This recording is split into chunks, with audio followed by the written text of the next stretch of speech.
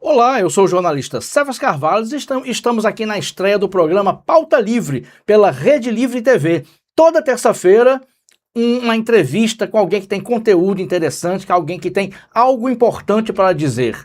E no programa de hoje, no programa de estreia do programa, agradeço ao Dr. Luiz Gomes, agradeço a toda a equipe que está aqui.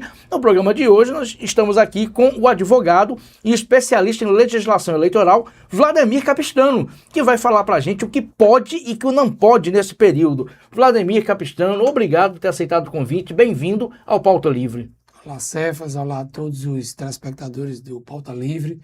Eu que agradeço o convite de estar aqui conversando com você, com os telespectadores, sobre esse tema que é assim, tão emocionante para a sociedade, né? A política, ela desperta muitas paixões, como o futebol, né? Exatamente. A Copa do Mundo aí, mas a política, ela desperta essas paixões e as pessoas sempre têm dúvidas sobre o que pode, o que não pode, o que a legislação eleitoral diz, e é importante esse tipo de diálogo para esclarecer as pessoas. Perfeito, vamos falar bastante sobre isso. Nós já estávamos falando aqui em off, nos bastidores, o que pode e o que não pode. E eleições gerais, assim como Copa do Mundo, é de 4 em 4 anos. Nós temos eleição para presidente, senador, governador, deputados federais e estaduais. Eu lhe pergunto, Vladimir, quais são as diferenças eleitorais em relação a resoluções e leis, provavelmente dito, da eleição passada de 2022 para essa agora de 2026? A gente tem essa característica na lei eleitoral brasileira, na legislação, sendo mais amplo, que a cada eleição, e no Brasil nós temos eleição de 2 em 2 anos, né? Eleições municipais e em seguida eleições gerais, há uma modificação, às vezes só uma atualização, uma renovação da legislação. E sobretudo das resoluções do TSE. A lei eleitoral, a gente tinha por hábito, ela sempre está mudando a cada eleição. Sim. Mas isso está mais perene de umas 3 eleições para cá. A lei eleitoral propriamente, o que a gente chama de lei das eleições, tem mudado pouco. O Congresso Nacional praticamente não tem feito alterações na lei das eleições nas últimas 3 eleições. Mas o TSE, a cada eleição, ele tem renovado as resoluções que regulamentam o processo eleitoral. E sempre nessa tentativa de modernizar a legislação, porque de eleições, sobretudo das eleições de 2016 para cá, nós temos visto uma influência cada vez mais forte desses mecanismos tecnológicos nas eleições. E a Justiça Eleitoral como um todo, o TSE em especial, tem se preocupado em modernizar a legislação para conseguir acompanhar essa evolução tecnológica, a evolução da utilização de meios tecnológicos nas eleições. E principalmente a partir do momento em que o uso de desinformação na propaganda eleitoral, desinformação é o nome técnico que a Justiça Eleitoral usa para fake news, sobretudo quando essa desinformação passou a ser algo mais profissional nas eleições. A Justiça Eleitoral teve preocupação de acompanhar essa evolução do mau uso da tecnologia e passou a modernizar a legislação na busca de mecanismos que impeçam o mau uso da tecnologia na propaganda eleitoral. E por isso é que a gente tem visto aí, sobretudo nas eleições de 2022 e agora nas eleições de 2026, um fortalecimento de mecanismos de controle do uso de inteligência artificial, do uso de manipulação de conteúdos, para tentar diminuir a influência desses mecanismos mal utilizados na propaganda eleitoral. E é muito importante destacar isso, usar inteligência artificial na propaganda eleitoral não é proibido. Sim. Ao contrário, a legislação expressamente prevê que quando os candidatos, os partidos, as federações, as coligações utilizem mecanismos de inteligência artificial, mecanismos de modificação de conteúdos na propaganda eleitoral, eles informem ao eleitor, na própria propaganda, que aqueles mecanismos tecnológicos estão sendo utilizados. Então, não é proibido utilizar mecanismo de inteligência artificial. O que é proibido é utilizar esses mecanismos para gerar desinformação, para alterar conteúdos, para alterar a verdade dos fatos e iludir o eleitor. Isso é que é proibido. E é por isso que a legislação eleitoral tem sido atualizada ao longo dos tempos, principalmente de 2016 para cá, na tentativa de controlar a utilização desses mecanismos na propaganda eleitoral. Perfeito. Em relação à inteligência artificial, Vladimir, só para a gente estava também conversando esse assunto em off, a questão da limitação ainda é muito delicada.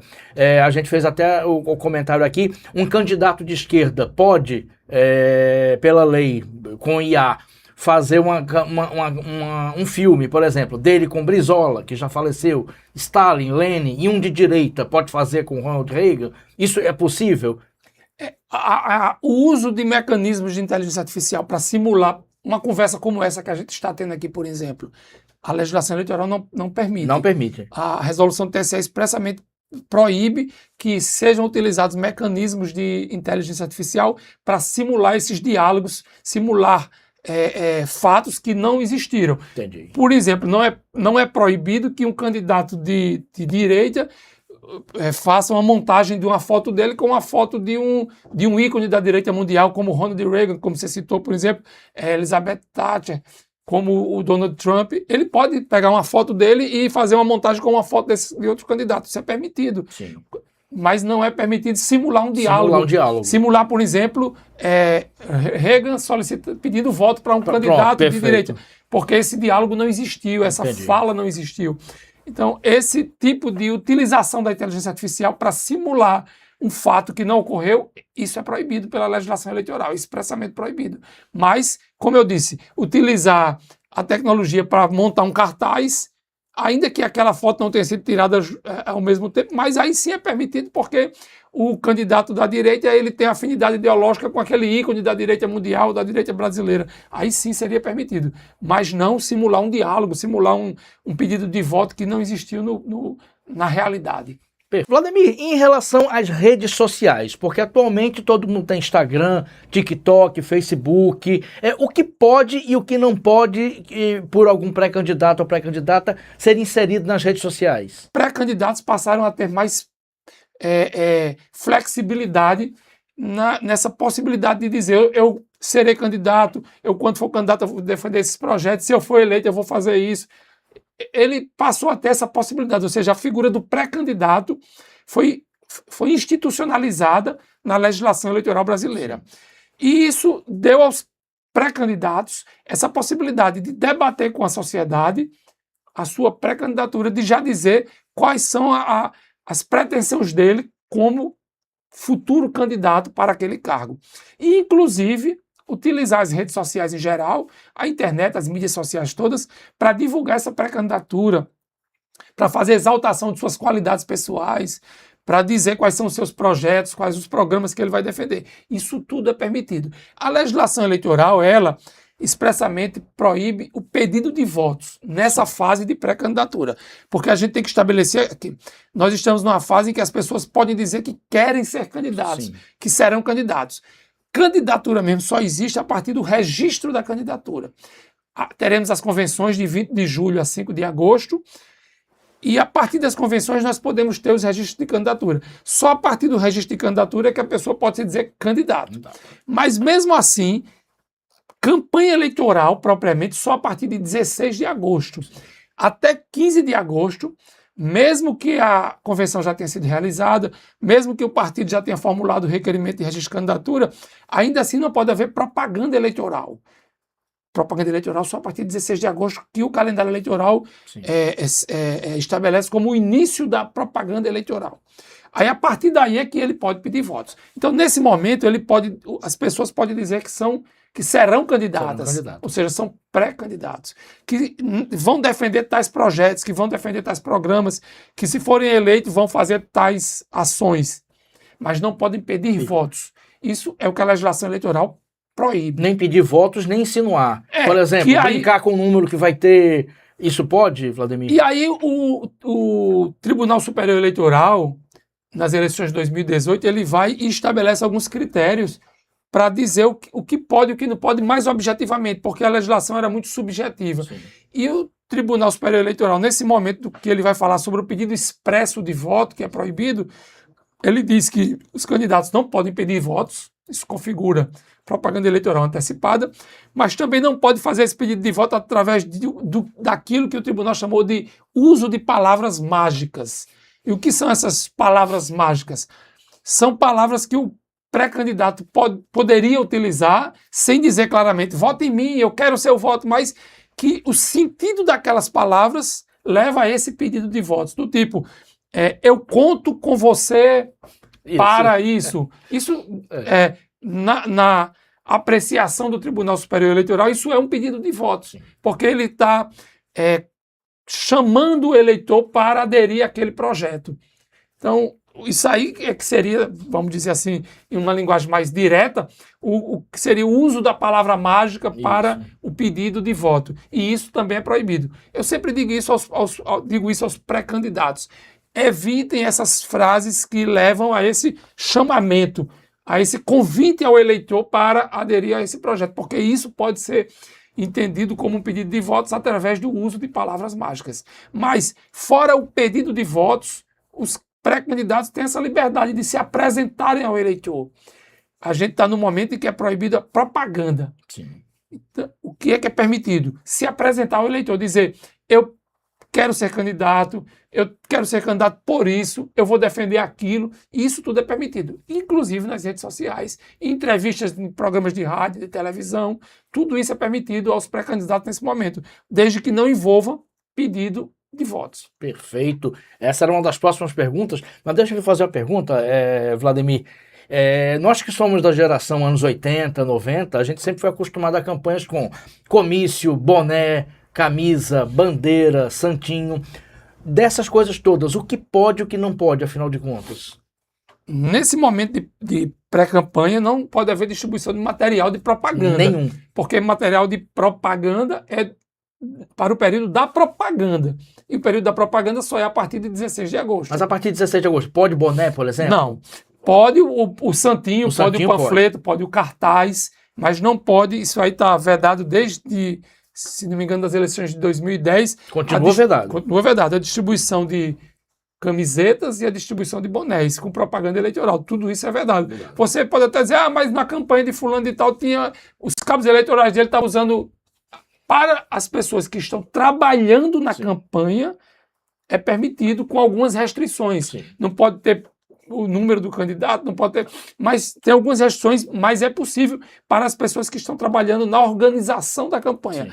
Mas não pode haver, em nenhuma hipótese, a distribuição desses materiais para os eleitores, como era muito comum nas eleições anteriores. As pessoas iam aos comitês eleitorais buscar boné e camisetas. Isso é tudo proibido. Sim. Isso é tudo proibido. Distribuição de bens aos eleitores, de benesses, de benefícios, são proibidos na campanha eleitoral. É motivo, inclusive, de cassação de registro ou de mandato. De registro, de mandato, tudo isso é possível em decorrência da distribuição de brindes. Isso é um tipo de brinde. O que é brinde? É qualquer coisa que possa conferir uma vantagem pessoal ao eleitor. Tudo isso é proibido na campanha eleitoral. E se é proibido na campanha eleitoral, e essa é uma outra característica da decisão do TSE de 2018, tudo que é proibido na campanha eleitoral também é proibido na fase de pré-campanha. Então, ele agora pode dizer que é pré-candidato, pode dar entrevista, pode dizer quais são seus projetos, mas não pode pedir votos. Mas também não pode, por exemplo, agora distribuir camiseta. Por quê? Porque já é proibido lá. Se é proibido lá, é proibido aqui. Entendi. Então, aqui tem mais proibições do que no período da propaganda. Mas isso significa que tudo que é proibido lá já é proibido aqui. E mais algumas coisas, como, por exemplo, pedir votos. Carro de som é proibido? Continua proibido? Carro de som não é proibida a utilização do carro de som. Aí é que eu estou falando na fase da propaganda eleitoral, de 16 de agosto em diante. Na fase da propaganda. Porque agora é proibido. Sim, né? Agora é. Mas de 16 de agosto em diante, no período da propaganda, o carro de som ele não é proibido. O candidato pode utilizar. Ele pode utilizar para as movimentações da campanha. Por exemplo, o candidato vai fazer uma caminhada num bairro visitando os eleitores pedindo voto.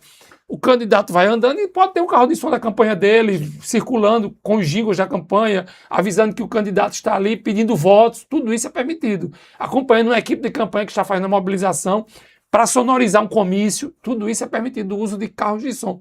O que é proibido hoje é o carro de som andando, circulando desacompanhado. Por exemplo, era muito comum, a gente via o candidato contratava vários carros de som e eles ficavam o dia inteiro rodando na cidade com a música. Isso hoje em dia é proibido. O carro de som só pode ser utilizado para acompanhar uma movimentação de um candidato.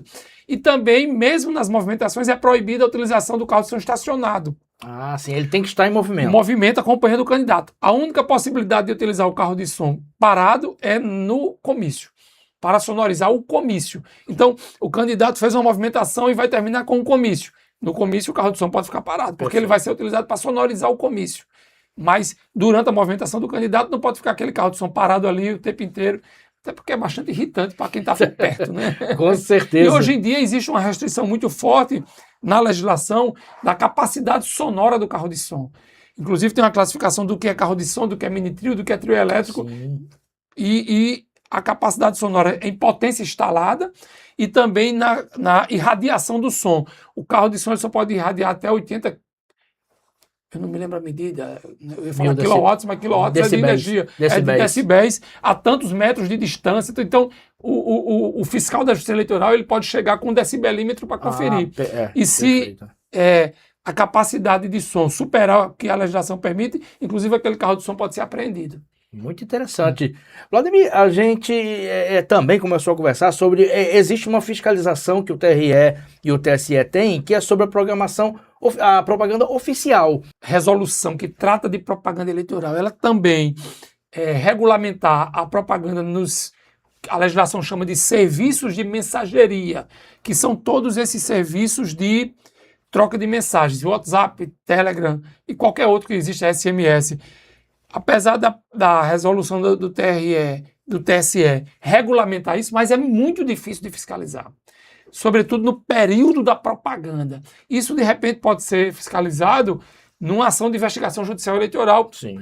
Porque aí é que é importante dizer, esse uso da inteligência artificial, esse uso da desinformação na propaganda, ele tem essa característica de propaganda eleitoral que pode ser fiscalizada pela Justiça Eleitoral, mas isso também pode configurar abuso de poder, sim, que leva à cassação do mandato. Sim. Então, se o candidato praticou desinformação, utilização de fake news, utilizou inteligência artificial para manipular fatos, para distorcer a realidade, para manipular conteúdos, e utilizou isso de forma ilícita, isso pode ser objeto de uma ação de investigação judicial eleitoral para apurar aquela conduta abusiva, porque isso configura abuso, está nas resoluções do TSE.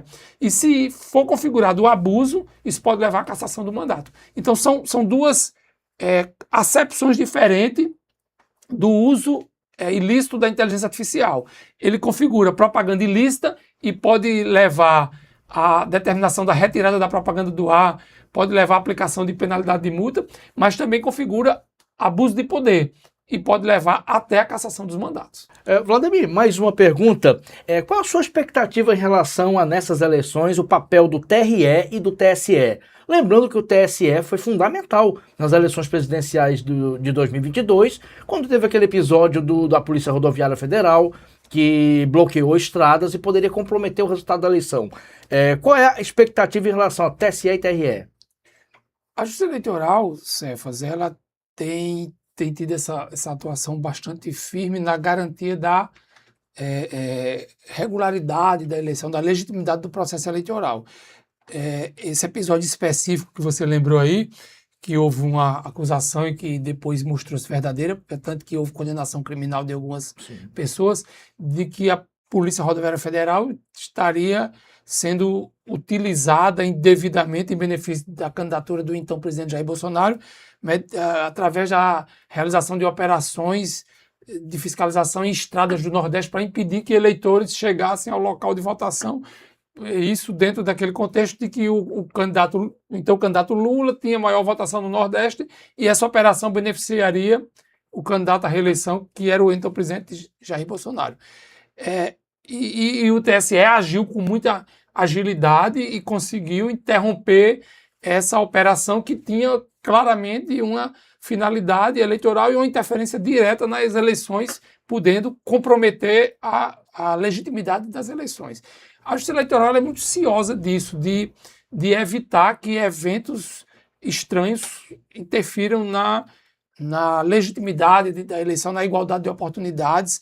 E a Justiça Eleitoral ela tem um poder inerente a ela, que é diferente de todos os ramos do judiciário, que é o poder de polícia eleitoral, de agir. Ela pode fazer isso na propaganda, pode fazer isso para impedir que a legitimidade das eleições, a igualdade de oportunidades entre os candidatos seja quebrada por uma interferência externa, ou então até por uma interferência interna, assim, no sentido de que é um candidato que age em detrimento do outro. E ela tem exercido com muita eficiência essa poder, essa cautela. A gente vê isso, inclusive, nas eleições municipais, isso é muito comum. Os juízes eleitorais, os juízes das zonas eleitorais, eles são muito diligentes. Sim. Nesse sentido de tentar impedir uma compra de voto que esteja ocorrendo em determinado local, uma aglomeração irregular de eleitores no dia da eleição. O juiz eleitoral ele vai lá e age com muita eficiência para impedir esses fatos ilícitos que podem comprometer a legitimidade da eleição. E a Justiça Eleitoral ela tem utilizado isso. Em 2018, por exemplo, tivemos uma situação em que a Justiça Eleitoral agiu muito fortemente, que foi a tentativa de descredibilizar o sistema eleitoral de votação brasileiro. Já naquela eleição, iniciou-se isso em 2018, 2022 também, e a Justiça Eleitoral ela foi muito, muito rápida para enfrentar esses focos de desinformação que tentavam retirar a credibilidade do sistema eletrônico de votação brasileiro, que é um sistema eletrônico de votação consagrado. O Brasil tem o melhor sistema de votação do mundo. A gente viu as eleições do Peru. Dias e dias. Dias e dias, aquele dilema. Quem é que vai ganhar? Não, aquilo é inacreditável. Nos Estados Unidos mesmo, que os Estados Unidos, ele é uma coxa de retalho. Que cada estado tem um direito. Em alguns estados se usa sistema eletrônico, outros se usa sistema manual, outros se vota pelo correio. Aquilo a gente, no Brasil, não consegue crer como aquilo funciona. E a Justiça Eleitoral ela foi muito ágil em agir, tanto em 2018 como em 2022, para resguardar a credibilidade do sistema eletrônico de votação do Brasil. Nós temos um patrimônio que é inestimável, que é a credibilidade desse sistema de votação, que, eu repito, é o melhor do mundo. Nós brasileiros, às vezes, não percebemos como nós somos pioneiros e também eficazes na criação de sistemas digitais, não só de votação. O de votação é porque ele teve no palco aí porque foi alvo de muitas críticas, de muitos ataques, mas se você prestar atenção, Cefas, o nosso sistema bancário é um dos melhores do mundo. Exatamente. O Pix é um negócio inacreditável. Você consegue fazer pagamentos instantâneos de uma instituição financeira para outra. Nos Estados Unidos ainda se utiliza cheque. Impressionante. Impressionante. E aqui a gente utiliza Pix. Você chega na feira hoje e não consegue pagar em dinheiro. As pessoas só querem Pix. Qualquer valor, em qualquer hora. Você pode passar um Pix cachorro quente 2 da manhã. Eu tive no Jalapão em 2023. Eu gosto muito de viajar de carro e fui pro Jalapão. E no Jalapão eu não consegui gastar dinheiro em espécie, porque onde eu chegava as pessoas só queriam receber com Pix. Isso é um negócio incrível, que você chega em outros cantos do mundo e as pessoas não têm essa agilidade e aí ficam olhando para o Brasil. No Brasil, a gente faz a declaração do imposto de renda, atende às diligências, a declaração é aprovada, você recebe a restituição sem ver um funcionário da Receita Federal. É verdade. Em vários países do mundo ainda se entrega a declaração de imposto de renda feita à mão lá no balcão da Receita Federal. Então nós temos no Brasil essa aderência aos sistemas tecnológicos. Sim. E no sistema eleitoral foi do mesmo jeito. E as pessoas passaram, por conta de uma fake news, a desacreditar esse sistema. E a Justiça Eleitoral foi ágil e mostrar que não, que nosso sistema é bom, nosso sistema é eficaz, o nosso sistema é confiável. Nós temos 33 camadas de auditoria no sistema eletrônico de votação. E por conta dessa característica especial da Justiça Eleitoral, que é o poder de polícia, nós conseguimos fazer valer a credibilidade do sistema. E está aí, está provado, 2018, 2020, 2022, 2024 e agora 2026, sem nenhuma crítica séria ao sistema. Tudo que se tentou em 2022 se provou que era fraude.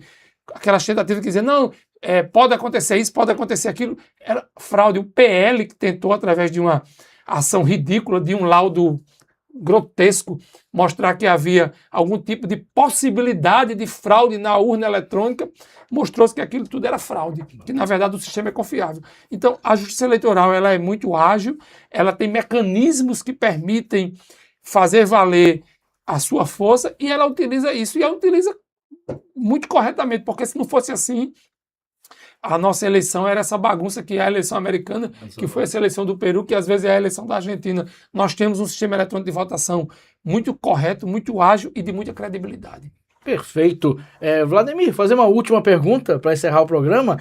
Você também trabalha como advogado em período eleitoral, seu escritório trabalha. Eu lhe pergunto, você acha que vai ter muitos desafios, vai ter muita dor de cabeça, vai ter problema com ambiguidades geradas por IA e redes sociais? Qual é a sua expectativa enquanto profissional, operador do direito nesse sentido?